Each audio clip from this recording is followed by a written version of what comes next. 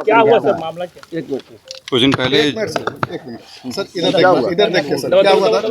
कुछ दिन पहले जो अपहरण की घटना हुई थी उसमें डेड बॉडी मिला था, उसी में पुलिस के द्वारा इसमें अनुसंधान किया जा रहा था और जो पूरी घटना में जो लोग सम्मिलित थे उनकी पहचान करके उनकी गिरफ्तारियां की जा रही थी। इसी में जो मुख्य अभियुक्त था रवीश उर्फ विसिया, उस पर भी धरपकड़ चल रही थी और विभिन्न जगहों पर उनके विरुद्ध छापेमारी चल रही थी। इसी में पुलिस को इन्फॉर्मेशन मिला कि वो पटना आने वाला है और यहाँ से पैसे लेकर नेपाल भागने की तैयारी कर रहा है।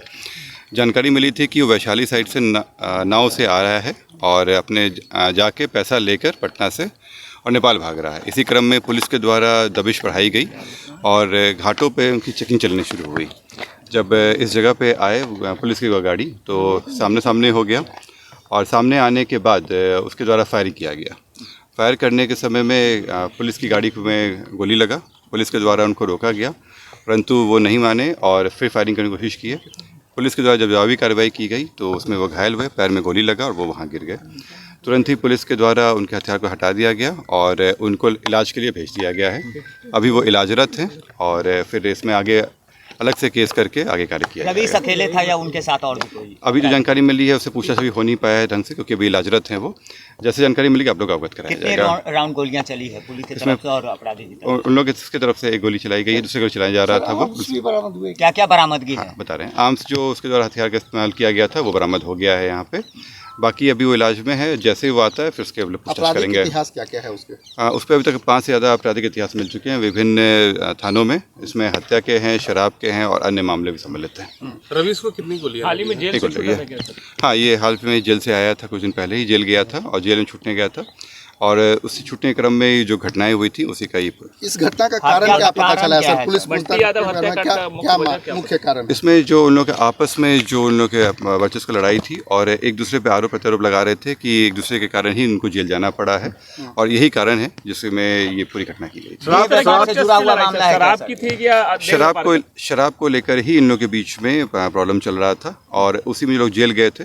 जो रवीश भी गया था जेल, वो शराब के मामले में गया था और इसी को लेकर दोनों के बीच में प्रॉब्लम चल रहा है। शराब का सिंडिकेट खड़ा कर रखा था रवीश ने।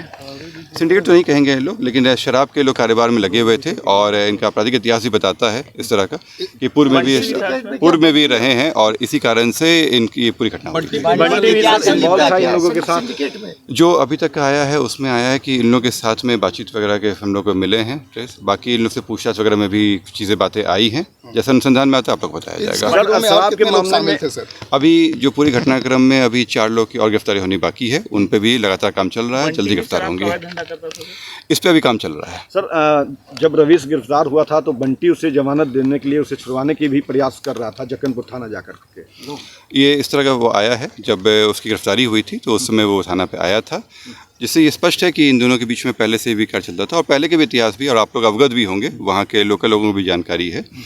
और इसी जो गिरफ्तारी होने के बाद में ही इन लोगों के बीच में दूरियां बढ़ गई थी और ये जो है वो वर्चस्व को लेकर लड़ाई चल रही थी। सॉफ्टनेस ऐसी चेहरे पे ग्लो लाए, जहाँ भी जाऊँ सबकी नजर ठहर जाए, एक मैजिक टच पर्सनालिटी निखर जाए। जॉय टिश्यूज का कमाल अब देखो हर बार, जॉय टिश्यूज यूज करो तो तुमको मिलेंगे बहुत लोग, जॉय टिश्यूज यूज करो तो तुमको मिलेंगे बहुत लोग, चार्म बढ़ाए सबको पास लाए, जॉय टिश्यूज, जॉय टिश्यूज। आपके शहर का एक विश्वसनीय ब्रांड, उपयोग करते समय अपनेपन का एहसास।